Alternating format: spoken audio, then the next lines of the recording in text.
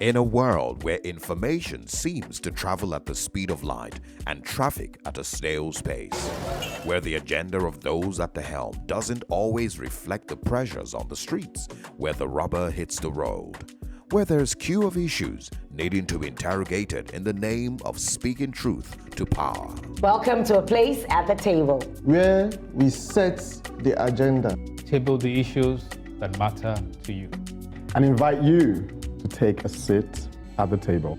A place at the table where we're set to shake much more than the table.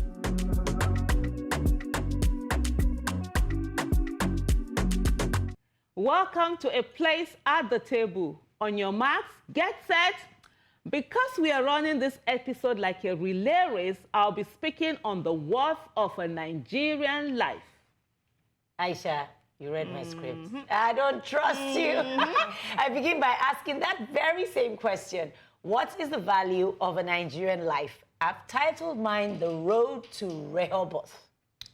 Kate, it will seem that you have read my script because we agreed on the need for courageous leadership to tip the scales.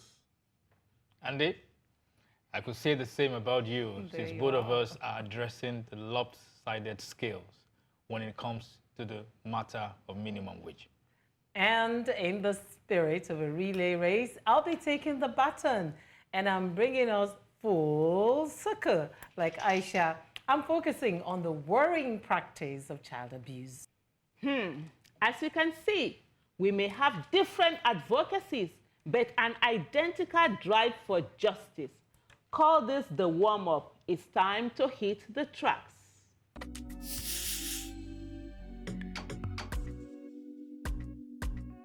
What is the worth of a Nigerian life, I ask again? It is said that injustice anywhere is a threat to justice everywhere. If you want peace, you must work for justice. The level of injustice in Nigeria makes one wonder whether peace will ever be known in Nigeria. A 13-year-old boy named Wisdom Hashimu died by suicide on Thursday, the 7th of June 2024 in Chukun local government area of Kaduna State. A soldier and members of the Civilian Joint Task Force that are supposed to protect the community tortured a child of the community to the extent the child had no desire to leave. The late Wisdom was accused of stealing 10,000 naira belonging to his 16-year-old neighbor, identified simply as Hope. Hope invited her boyfriend, a serving soldier based in Port Harcourt, who was on a visit. This soldier then took the boy, Wisdom, to the Civilian Joint Task Force where he was beaten to a pulp. Ironically, Hope's brother, who was also accused of the theft and taken to the office of the civilian JTF, was not beaten. Wisdom, on the other hand, was beaten until he could no longer walk and had to be taken to the hospital for treatment. It was later discovered that the brother was the one who had taken the money. Meanwhile, a boy had been driven to end his life. A young life full of promise and potential has been lost. Wisdom, a bright and innocent soul, succumbed to the trauma and pain inflicted upon him by a soldier's brutality and show of force, as well as mental torture he had gone through in the hands of those that should have protected him. No one deserves to be beaten, let alone a child. The physical and emotional scars of such violence can last a lifetime. And in this case of Wisdom, it was too much to bear and he gave up on life. Soldiers and other security agents are used as tools of vengeance by those who have access to them. This reckless behavior has been condoned for too long by security agencies.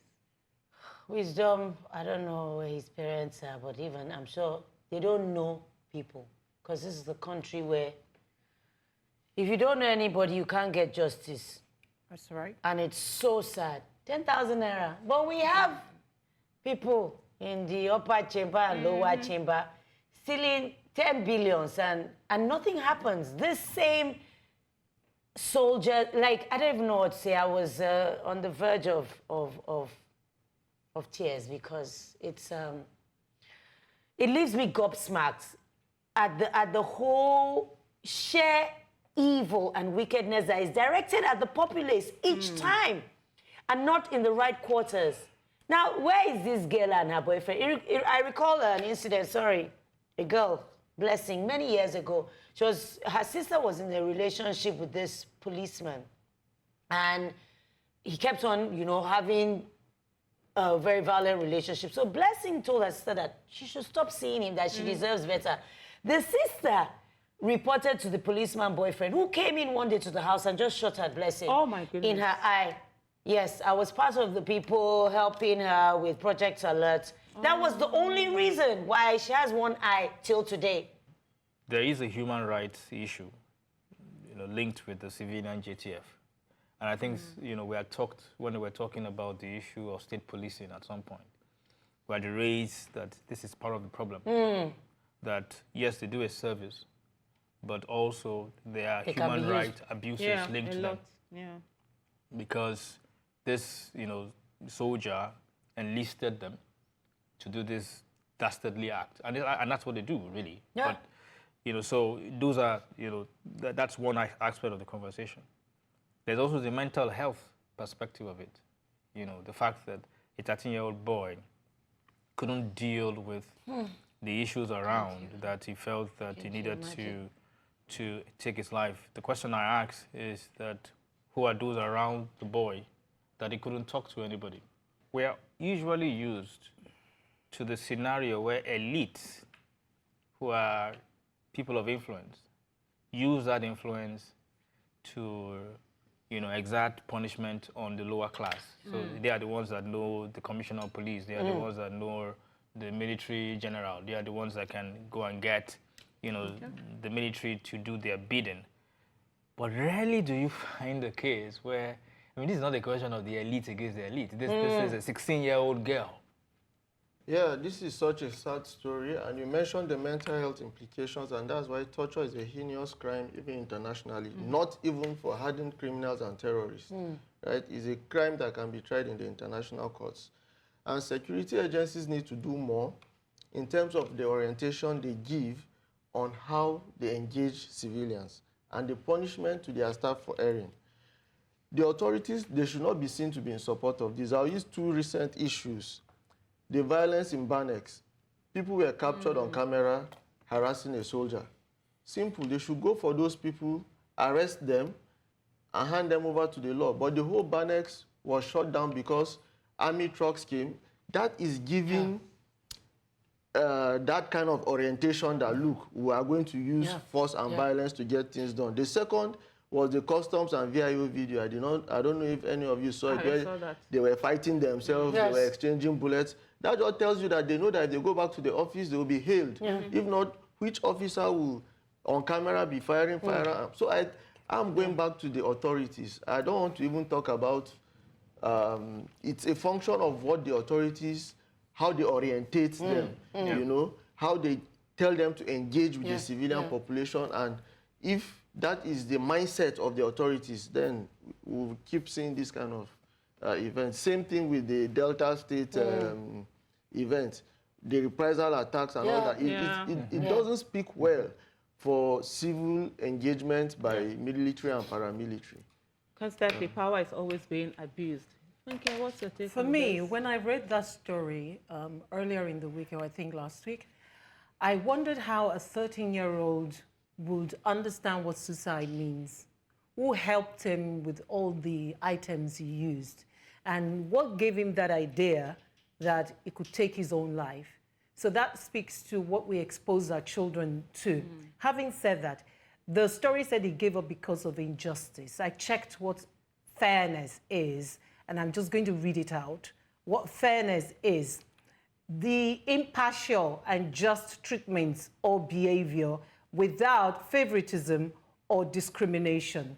So here are 5 quick things I'd like to say. Injustice on 2 levels. 1, 2 boys were taken to a police station. One was beaten, the other was not beaten. Both accused of the same thing. Both accused of the same thing. The one who didn't steal was beaten. Yeah. And the one who stole got off the hook. That's one. Indiscipline in the military. It's become a culture now. So you see people brandish the military friends and the military too. Once you have anything to do with the civil society or the people, you want to show that, you're a person of power and you want to wield power. There is no limit to how you wield your power in a civil issue. So there is that power issue also. And then finally, the Nigerian culture of influence, which Yinka spoke to. This show my age me. This, do you know who I am? Do you know who I know? People abuse power, and abuse is power based. Whatever little power that people have, they will always use it against their fellow. There's so many things, so many shades of wrong here. What is a 16-year-old doing with the relationship with such an adult, someone who's in the military, nothing less than 20? An open relationship. Yeah, an open relationship, and it's really, really so sad. It is left for us to value ourselves and to be our own advocates. I say repeatedly that no Nigerian is more Nigerian than any Nigerian. What do you say? Aisha, I say you couldn't be more true in your quotes, in your assertions and everything, unless we're merely paying lip service to the rejuvenated anthem, though tribe and tongue may differ, in brotherhood do we stand?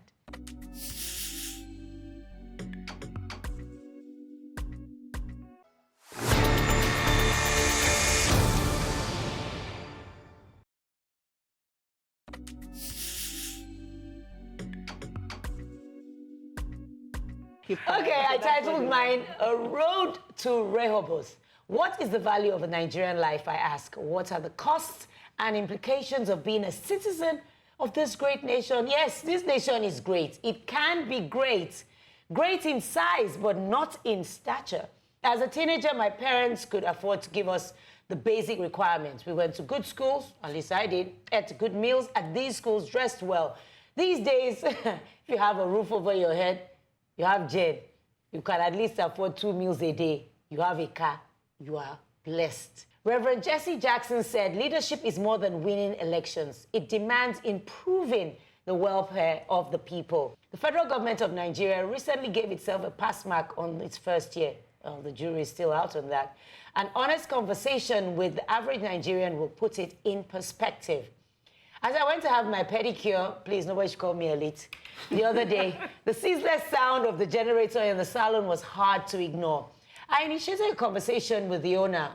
Madam, how is business? She shrugged and said, Kids, the usual Nigerian parlance, we thank God. I asked her how many generators she had, and she replied, 3 in number. My mouth was open.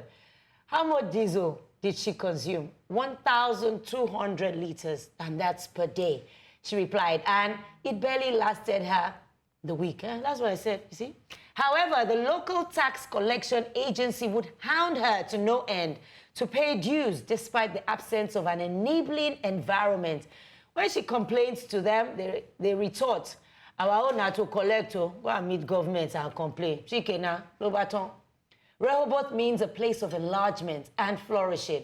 It refers to the land of inheritance that only God can give and that the enemy cannot steal from you. Nigeria is that land which we and our children have been given as Nigerians to dwell in peace. Instead of our young people unemployed as spectators to the display of unimaginable affluence by our politicians, they soon will find other ways to earn their keep, and it will affect every single one of us. The road to Rehoboth is indeed in need of urgent repair and attention. The sooner we get cracking, the better it will be for us all. A lot of sigh along the table. Yeah, it was just, this week we had the anniversary of Nigeria's democracy. And the question I asked a Bolt driver was, so how do you see this democracy day? He says, easy for us. Oh, wow. So if the average Nigerian is asking, is this for us or for the political class? Yes. How do we get to Rehoboth? It's not just the diesel. elsewhere in the world, CNG is the in thing. Nigeria is flaring gas, wasting it. They said CNG when the new government introduced, said they've removed subsidy. But how much penetration do we have of CNG? We're still talking about the conditions of living in Nigeria. It is still very, very low. I was in Ibadan during the week, for a week. And my mom said to me, Funke, do you know, hey, what are we going to be eating now? Do you know that the Congo of beans is now tending towards 4,000 naira? Then I calculated, how are people surviving? I don't want to preempt what Yinka will be saying later because I know he's talking about the minimum wage. But how much does it cost an average Nigerian to feed in a day, then to feed in a week? How do you maintain your dignity and decency in the Nigeria of today? And then we begin to see this Democracy Day we're celebrating or commemorating.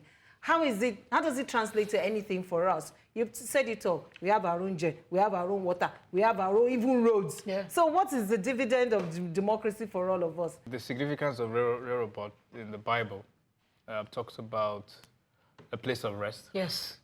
A place of prosperity. Yes. A place that is large enough to accommodate everybody. And that speaks of Nigeria because we talk about our strength is our diversity. And that, you know, when we're united in that diversity, we're able to get forward. They play. Now, I said earlier off the set that Nigeria is an experiment. And when our forefathers came together to plug this country together and work, maybe not them, you know, the amalgamation and all that, but at least when they decided that we're going to ask for independence and go forward, they knew it wasn't going to be easy. Which was why they set out from the very beginning to emphasize the theme of unity in diversity. Because if the constituent parts of Nigeria didn't come together, they were not going to go forward. And they started this experiment called Nigeria. And in various ways, they were trying to make it work. And we can look back now, after so many years, and say, it has not worked the way so far they envisioned, but the experiment is still much alive. And I hate to sound like I'm pessimistic. You know, my approach to, you know, life as a Nigerian is I only have one country, I only have one passport. I want to believe the best always, so I always see the cup half full instead of half empty. But I get disillusioned. Yes. And I understand what this woman is going through. Yeah, you said Jesse Jackson said leadership is about improving the well-being of the people, but in Nigeria currently everything is between 4 to 5 times more than, that's the cost of things that more than this government met it. That's 400 to 500% inflation. I go to the market, I know these things. So in that regard, it has failed woefully. I don't know how they scored themselves, but that's woeful failure. They need to do 5 times better to take us back to where they met us. So I don't know the pass mark and how they measured the progress. Rehoboth, you said, is a place of enlargement. The only enlargement here is negative enlargement of poverty and hunger. Being in Nigeria is quite expensive. It's very expensive, especially if you're going to do things in this country with integrity and doing the right thing. Right. So you're always punished for doing the right thing in Nigeria. And I will tell you, there's something that my daughter said to me once, and it really touched me, and I felt bad about it. She said, Mommy, you were busy traveling, you were pregnant with me, and you were busy going to Dubai to do business. You didn't think of going to US to give birth to me. And, you know, it touched me. And when my daughter was 12, she was around 12 when she said that. And it was when Chibok girls were abducted. And there was also something she said, the day she said to me, if one of the Chibok girls was an American, they would have been rescued by now. Straight up. So at that moment, I knew my daughter realized that her life was less than that of an American. And as a parent, it really broke me. I grew up, you know, being hard on my dad and accusing him and my mom, my parents, of not keeping for me the Nigeria that they had. And unfortunately, I also have not been able to keep for my own children the Nigeria that I had. There must be a place where people feel invested. Yes. And so there must be level playing ground where you know it's not about connection. One of the things I hate so much in this country is that thing called connection. I knew what I went through trying to get admission into school, where people who had less qualification than myself would come in with their parents. ABU Zaria, I think 1993, 1994. For months, people told me I wouldn't get admission, MBBS. I would stand every day, I would go all the floors, the 8th for Senate building, until I would be there morning for, I think 3-4 months I was doing that. Jesus. I had to stay in Zaria with a family who took me in because my parents couldn't afford the transport fare for me to be going from Kano all the way there. I will never forget the academic secretary, A.U. Misal. On the day he now decided, this girl, come. I walked in and I ended up getting my admission. They gave me level 1. I did IJMB. I was supposed to get level 2. I went back. I said, no, I'm supposed to have, I'm supposed to start from 200 level. He looked at me, it was on a Friday, and he gave me a plain sheet of paper. And he signed at the bottom, he said, go and write your application. And I went in. And I hated that connection, even up to today. So we need to all sit down and have a Nigerian conversation. Yes. Do we want to stay together as one country? Do we want to operate, as regions? Or do we want to separate? Whatever it is that we want, but let's ensure that dignity, respect for the people is paramount. This is a heavy conversation. Like Yinka has said, and of course, Aisha and everyone else, it's important that we have this conversation so we know where we're headed. If you cannot find a pathway, how do you know where you're headed? A journey without a destination could be termed a pointless one. Ande, are you still looking for inspiration from our leaders' past? Leaders' past, Ande, heroes' past. With what is going on, we really even get to appreciate those heroes' past, because the past is actually a very good place to start, since inspiration seems to be lacking at the moment.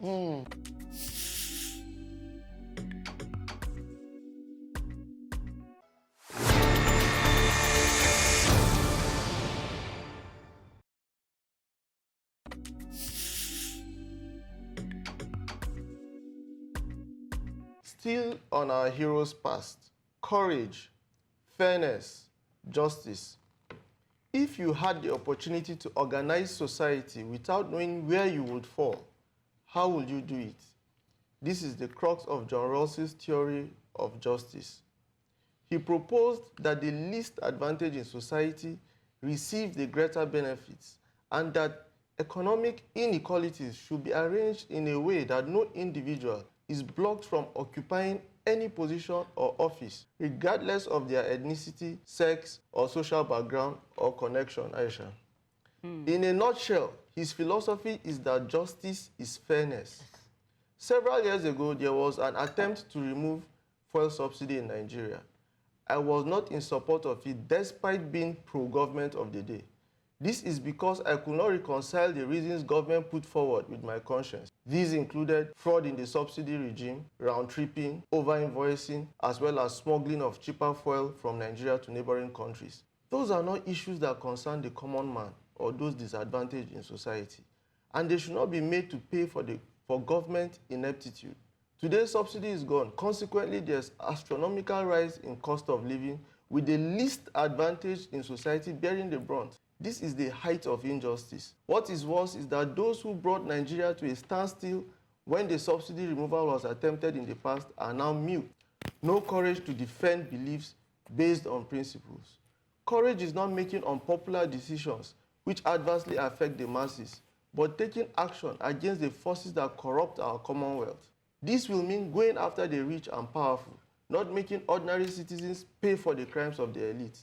Rawls is asking those who removed fuel subsidy if they would have done so had they been receiving minimum wage, less, or even unemployed as many Nigerians. Thomas Sankara, one of our heroes from the past from Burkina Faso, displayed courage and took decisions that were pro-masses rather than pro-elites, cutting down luxuries of government officials and politicians, and stood up to both internal and external forces. We need such courageous leaders. We need fairness. We deserve justice. Like you, I was one of those against removal of fuel subsidy. I'm pretty sure you were talking about 2012. Yes. And for reasons of transparency and accountability. Because at that time, we felt that the government of the day was not honest enough about the issues around it. How about now? And we felt that there was a lot of corruption around the whole round tripping of wealth. So those issues, I think, were germane at that time. Now, I've gone full circle, all right? And this is me being practically honest with you, to supporting the removal of subsidies. Because I've felt and I feel that it had gotten to the point where it was no longer sustainable. But the issue here is this. Is the subsidy really gone? I think today. See, I wrote it here. See it here. So that even It's there. So that even begs the question that because what you will find is that you'll find people on either side of the conversation. Oh, should we move subsidy? We should remove subsidy. I think both sides have a point, but the issue here is if subsidy is gone and we can point at the gains of post-subsidy and say that these gains can then be channeled towards a cushioning effect or infrastructure or whatever, then we have a point. But what we see now is that subsidy is gone theoretically, but government is still paying for subsidized fuel. So it means that the gains itself are not there, and we're at a worse position now than we were when subsidies, so to say, was not removed. I'll pause so that others can weigh in. Yeah, Kate, you've been... I wrote it down. Is it gone? Subsidy. If so, where are the benefits for the common man? We heard about the mass transportation. It has disappeared. Whoop. Blow powder, gone. We've heard about food market. We don't know if that's still going on. There are no gains, and there is still subsidy being paid. While we wait with bated breath for the Dangote to start his own so that we have reduced fuel. I mean, there's just excuses left, right, and center. And for me, Nigeria, the tired person, because how much can we really talk about? How much can we take on board while even trying to still exist in this country? I like what you said about courage, that courage is not making unpopular decisions which adversely affect the masses. You also said, but taking action against forces that corrupt our commonwealth, the rich, the powerful, not making ordinary citizens pay for the crimes of the elites. And you talked about fairness. I talked about fairness earlier. Is justice, yeah. So now, let's come to fairness. I remember asking, why can we have a referendum in Nigeria? Ask us, Aisha keeps saying, a Nigerian conversation.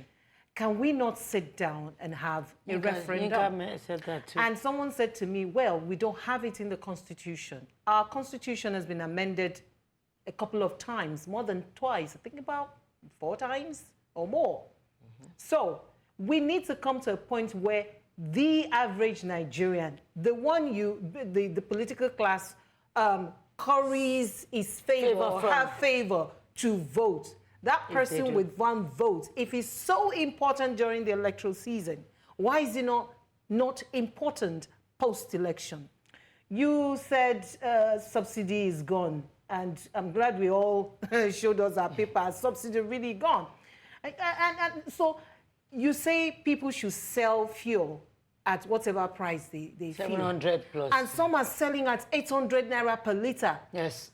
Is this fair?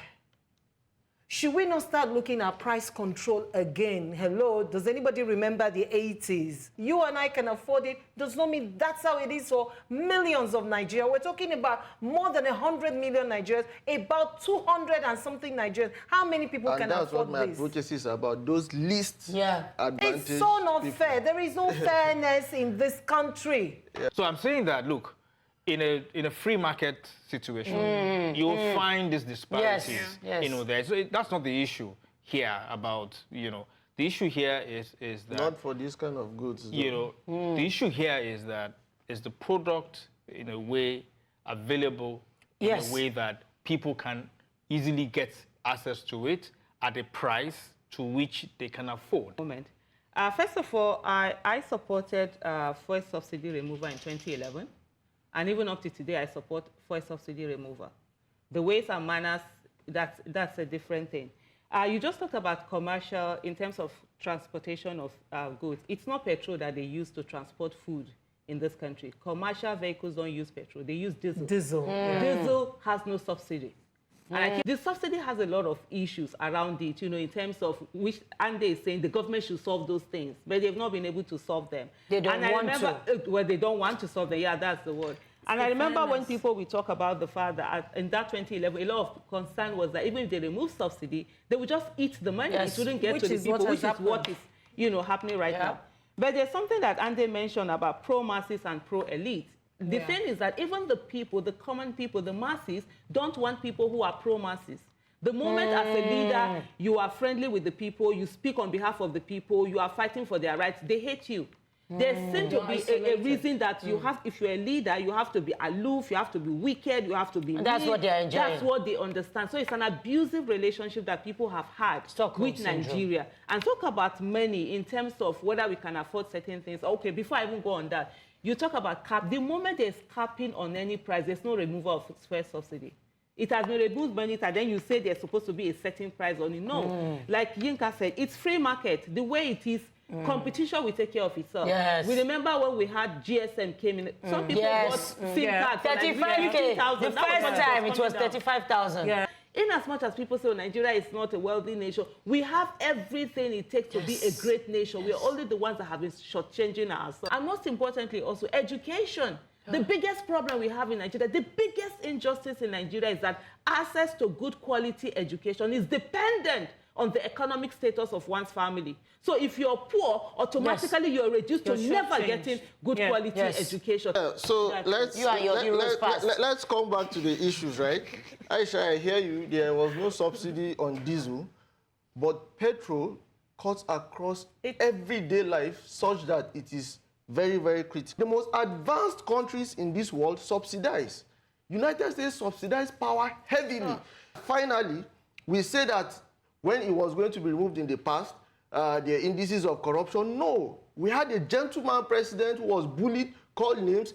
Now you have governments that, you know, can open fire on protesters. Now, no, they opened fire on protesters before. I will take a second to that. Please, all this for the during Jonathan's administration, protesters were attacked. I had bullets pointed at me. They brought in people to attack us. They even stopped protests. What I said is this. Now they protested to make Goodluck president. They protested against Goodluck to remove subsidy.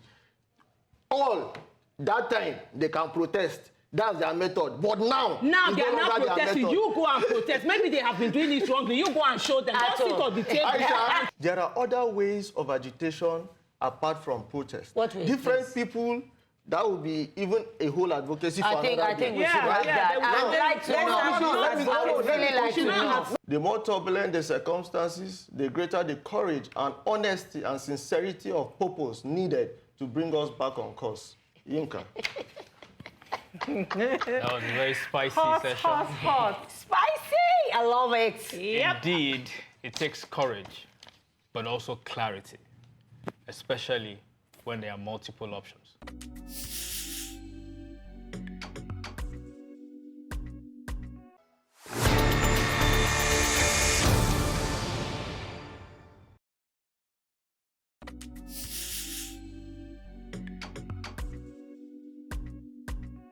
The new minimum wage, to pay or not to pay. A lot has been said about the agitation for a new minimum wage. Some insist that the amount must be increased to cushion the impact of inflation and devaluation, while others argue for decentralization to reflect the ability of subnationals to pay. Some even argue against the increase because of the inflationary impact it will have on the economy. Now, all arguments have merit, but there is one I want to spotlight by Dr. Charles Omole. He said, and I quote, "If you're not happy with the 60K offered as minimum wage, you can resign and go get better paying jobs elsewhere. You don't have to stay where you're appreciated. where you are not appreciated, sorry. You cannot force an employer to pay more than he feels he can afford. I find these words lacking in empathy, insensitive, and elitist. Workers, regardless of their vocation, never ask for 40% food inflation, nor did they ask for a 200% naira devaluation. Let's cut them some slack. That said, I do agree with him that we need a sense of proportionality in this debate. The national minimum wage is governed by the National Minimum Wage Act of 2019. It had a validity of 5 years, which expired on the 18th of April 2024, meaning we have an opportunity to not only review the wage, but the fundamentals around it. Like one, including a trigger for automatic adjustment of the wage based on inflation or devaluation. This can be done every year or once in 5 years. For instance, in April 2019, the minimum wage of 30,000 was equivalent to $83. Today, $83 is about 120,000 naira. Number two, tying it to productivity. It's called minimum wage and not minimum salary for a reason. If the minimum wage is presented as an hourly wage, as done in developed countries, and tied to productivity, it will reduce redundancies and increase productivity. Three, which is the last point I'm trying to make, is to reconsider the national in the act. Since the cost of living is not the same all over the country, minimum wage shouldn't be the same. Each state should be able to determine the minimum wage applicable to all employers within its borders. What say ye? Funke? Why? Why not? Why not? Well, I am looking at some of the things you said. You said workers, regardless of their vocation, never asked for 40% food inflation. True. Nor did they ask for a 200% naira devaluation. I'm going to make it very short. Even when we have not, we still have to look at that word, devaluation, and then look at the spiral effect of jumping suddenly from 30,000 naira minimum wage to what labor is asking for, which is 250,000 naira. I hope I'm right. Right. So if you do that sudden leap, they know that civil servants will be getting this across the country. Sellers of pepper and all of those would also want to cash in and get their piece from whatever it is civil servants are getting. My own argument is, where will the private sector get this 250K per person? Given that we're all buying from the same market and we don't have funding, government has not given anybody subsidy for their businesses. Yinka, I want to start with the comment by Charles. It's sarcasm and it's irresponsible. Okay, telling people, okay, but if you don't want to go, but don't stay where they are, I don't appreciate you. I see the sarcasm, I read between the lines, and it's very responsible. Historically, most protests have actually been against private employers. It's just that in Nigeria, things are skewed and government is the major employer. If you look at history of protests or strikes, industrial actions in other climes, you find out that it was against maybe like the miners, against the coal owners, you know, stuff like that. So, having said that, I think minimum wage should be uniform. It is the perks and allowances that are different. Because when you say minimum wage is different across, it will cause a lot of confusion. We are talking of the minimum here. That is why they said minimum. But if I live in Lagos, my housing allowance should be higher than someone that lives in Jalingo. You understand? That is how they now calculate and get the extra figures. But I think that minimum should be... And I like your calculation. It's very objective about the value of the naira and what the minimum wage should be. At 30,000 naira, it was $83. At $83 is now 120. That means if they give us 120, they've not even increased it. Yeah. So we should be asking for beyond 120 if we are talking of an increment. This one is just an adjustment. Yes. Anything below 120 is an adjustment, not an increment. Then finally, for the concerns about the private sector, you know, they categorize private sectors into categories.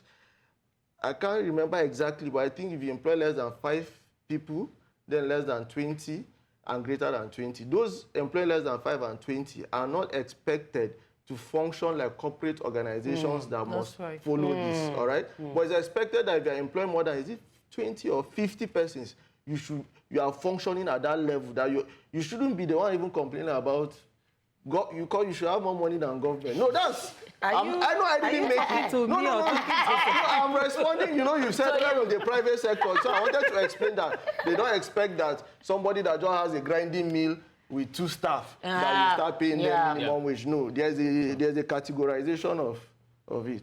Okay. But I like what you said. I agree on that categorization. That seems fair. I don't have much to say, just that ideally, a sincere employer should look at the indices of inflation and what obtains in the environment and just increase your staff, salary, or even, let's say, their benefits. So maybe transportation. I mean, if you don't do minimum wage, their transportation, maybe put them on medicals. That will cushion whatever it is. What about the suggestion of making it an hourly wage? That's what I was saying, that I like what you said about the hourly of wage. It, because today, some of the complaints is that people are paid minimum wage, but they work 24 hours. We know civil servants. Sometimes they're not in the office. They're not even in the office. They haven't been there for months. So if your pay is per hour and it is tied to a productivity that is deliverable, all right. So if you don't do that, you're not going to get paid. That's I agree with that, and you've taken the words right out of my lips. Exactly. I mean, it should be measured. You can't just collect money and then you don't show up. Sister, we never sophisticate. We have to, Aisha. Yeah, I think for me to come into this thing, I think first of all, we have too many civil servants, and most of them are just on welfare. Redundant. They're not working. Yes. And if we really want to talk about minimum wage and getting the right kind of pay they're supposed to have, we also need to talk about restructuring of the civil service as a whole. And instead of just a place where people are just there, let people know they are on welfare. So when they get the money, they are appreciative, not when they come the real workers, not ghost workers. On it. So for me, that's number one. On the issue of inflationary impact on the economy, yes, minimum wage, when it's increased, normally it has an effect. But we're already at hyperinflation. So probably it might not really change as much as that should be. And then also, we look at that circular flow of income. You talk about, businesses. Businesses are suffering. Some of them are just barely paying salaries. No, you're not making profit. Some are even making a lot of losses. So for those who can leave, that's why they're leaving. For the rest of us who can leave, we don't have any option. You have to stay here. But for me, there was something in your advocacy you mentioned, including a trigger in, the act itself. That's why we always talk about the legislative arm of government. We need to get people in there who are going to put in all of these things and bring out laws that will work for everyone, for all citizens. But I will round up by saying that I'm not invested in minimum wage. And I've always said that the labor union, first of all, we've been failed by the labor union, the trade union, professional bodies, student union. They're supposed to be the voice of the nation. But in Nigeria, unfortunately, they're not there. They sat down and watched, I think there was part, it was not 3 trillion or how much did they pad the budget. They didn't do anything. Whose money did they think they are using? They sat down and they saw borehole. They budgeted 100 and almost 200 million for borehole, almost 200 million for a single street light. They didn't do anything. Where do they think money is going to come from that they will use for their minimum wage? There is no one-size-fits-all solution to this problem. One thing we can do is do nothing. That's right. We must grow this economy. We must increase productivity.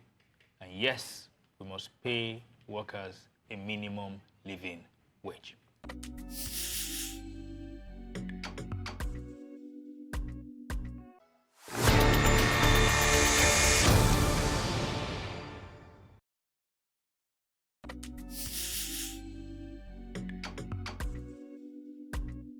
This is about enforcing Nigeria's Child Rights Act.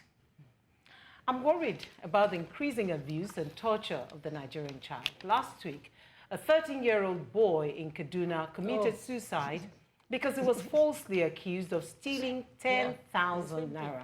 The boy apparently overcome with shame, died by the news. It turns out it's the other boy who stole the money. We've already talked about that. Now, there is the story of an undergraduate of Ajayi Crowther University who was beaten to death, allegedly for stealing a mobile phone. He was beaten from 6 p.m. on a Friday to 10 a.m. on a Saturday. His mother has gone into coma from the grief. Mob action in a faith-based tertiary institution. I fear for this country. And lastly, the incredible story of how some children beat invigilators of the West African Examinations Council, WAEC, in their school because they were not allowed to bring mobile phones into the exam hall. The impunity. Oliver Tambo says that the children of any nation are its future. A country, a movement, a person that does not value its youth and children does not deserve its future. Section 34 of the Nigerian Constitution prohibits torture, cruel, inhuman, or degrading treatment. The Child Rights Act aims to protect children from all forms of brutality, abuse, and exploitation, and ensure the well-being, development, and best interests are prioritized. When? When shall we enforce the act for effective protection of the Nigerian child? A sage, Dr. Nevada Singh, says if the children are our future, then there is no greater way to invest in the future than investing in our children. I think we should start focusing on our children. The stories seeping into the media are indicative that many of them are monsters in waiting. Where then would the leaders of the future come from? Okay. Aisha, you want to go first? I don't even know. I don't even know where to start from. It's really sad, you know, just hearing of all of those stories. And I think this mob action, it's gone on for too long, where people think they can take the laws into their hands. No consequence. No consequences. I mean, remember the Alufo. You are peeping me. Look at it there. I wrote it here. You are a peeper. Sorry, I wrote it here. We are not at the table. So Yeah. we are at the table, so we are in sync. Yeah. It's really sad. So it's that whole enabling attitude, and then hearing that, you know, they beat up a WAEC invigilator just because he refused to allow them. Remember I said earlier, in Nigeria, you are punished for actually doing the right thing. And it's so sad how parents are the enablers of all of this, you know, going on. Some time ago, I think this year's jam that they did, there was a father who went in, who was caught. Yes. He had gone in to write for his son. And so you could just imagine. And it's so normalized that cheating in exams and stuff like that. We are going to be the heroes past someday. And we are the ones setting such bad examples. No, we are already setting bad examples. And then later they will start eulogizing. Yeah. On the Child Rights Act, I think there's also a lot of selfishness on the reason why it's not passed. And I would say one from the states, some of the, should I call them Muslim states now, or that have majority? Northern states.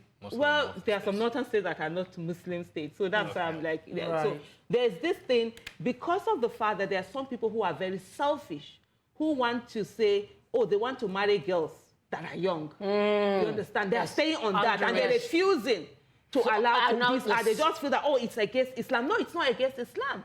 I mean, the child, there's something that, when you're talking about Sharia, there are 4 sources of getting the laws for Sharia. Quran, Hadith, the sayings of the Prophet, his actions, his silent approval, and all of that. Then you have what they call consensus among scholars. And then you have the final one, your own personal conviction. So at each level, you know, there are different levels, you work on them. They've come to an agreement that, look, girls should not marry early. That the fact that the Prophet ﷺ married Aisha when she was young, he didn't do consummation, he waited for her. But that's the Prophet ﷺ. And in looking at it, the Prophet ﷺ married a lot of women, and there were reasons for every of the wives he married. But men are only allowed to marry 4. So some people selfishly, the other day I saw a child died. She died, an 8-year-old died because on her first day of marriage, she was 8. And yes, she got married, and somebody slept, and then she bled to death. This is evil. Saudi Arabia have put a law that if you're less than 18, you shouldn't get married. So why are we staying on this? And if you look at the rights the child rights in Islam, they are so numerous. But because of this way, they will never talk about this thing. And I'll quickly give you 2 examples. Even as a child, you start from the parents. Who will parent you? That's the first right your child has over you. Choose a good parent. So if you're a woman, choose a good father. If you're a father, choose a good mother, a good name, education. You know, child support is part of Islam. But they never talk about this when they're talking about Sharia. They will talk about the fact that they can marry 4 wives, but they can't talk about the fact that if you divorce any of them, you must look after that child. If it's a boy, until he gets a job and everything. If it's a girl, until she gets married. And also education. Education is compulsory. You can't leave your children out on the streets for them to be walking all over the place. And I think there's a lot of self-reliance. I don't want to get too passionate over this because it really gets me angry. I mean, Aisha's submissions, education, poverty, like I don't think the elites, they marry up their children at 8 or 7. They don't. So they keep the ones poor, and then the rich ones go and marry the poor people's children. And because they have no other way, they give up their children willingly. The Child Rights Act is going to remain redundant for a long time, because even their own children are not here. So why protect the ones that are here? They are poor. You can use them and throw them away at will. That 8-year-old child has died. She's dead. She's gone. That guy will pick somebody else tomorrow, and nothing will be done about it. There has to come a time where there are consequences. A Greek proverb says that a society grows great when old men plant trees in whose shades they will never sit. Right. You are looking after the children that are coming. Why do we always want to eat our young? So, you know, the issue of the Child Rights Act, it was passed nationally. Some states have adopted it, but what's the implementation? And what's the issue? There are sacred cows, there are no-go areas, which Aisha has bravely touched on some, okay? We don't name and shame. And there's no punishment for crimes, as she said, because if you break anything in the act, it's not an offense because it's the law of the land. But then, because of how sensitive some of these issues are, you wonder if truly passing the law is enough. You know, I don't know how true. I haven't done the investigation. Someone said our problem is not our constitution. They say our constitution is even more bulky than that of the United States. Yes. Yeah. We're having all these problems in interpreting them, and so it's not maybe more laws. People need to actually, no, I'm all for the Child Rights Act. I've even advocated for it for years, but beyond that, there need to be that moral reorientation. Sometimes you watch speakers, preachers from gatekeepers, and the things they say, you wonder if they don't have people that can call them to order, you know, to address some of these issues, because they have followers, okay? And they take them seriously. If they promote certain things, those followers will follow that. So I think, and again, I think I mentioned Emir Sanusi last time. I'm mentioning him again. He's one of those champions that have tried to come and correct some of those kind of practices and boldly came out to say some things the way they are. As Aisha is saying that, like, you know, I'm tired. Wow, you have reached there too. Honestly, it's tiring. You know, I don't even know where to take the conversation from the point of view of the young, the children, or the point of view of the enablers. The question I asked myself, and I wrote this down, I said, what pictures are the children seeing? Yep. What are they seeing? If what they see is what happens in our National Assembly, where sometimes they come to blows because they disagree. Okay? Not just National Assembly, some state assemblies. So House of Assemblies. You know, I remember a conversation that my dad had, you know, with a very senior relative in my family.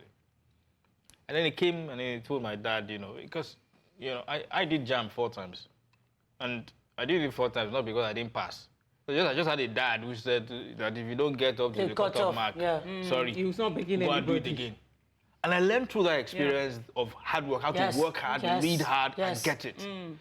And then this guy comes to my father and says, why are you punishing this boy? I know somebody somewhere. He writes these things for... So what we have seen today is the failure of parenting. Yes. I don't know if parents appreciate the level of disservice they are doing to their children when they help them cheat in exams. They'll feel it later. They don't know the gravity of what they are doing to that child. We've been saying that all these are problems. What will solve it? Education. Then you are carrying your hand. You even have some money to send your child to school and train them.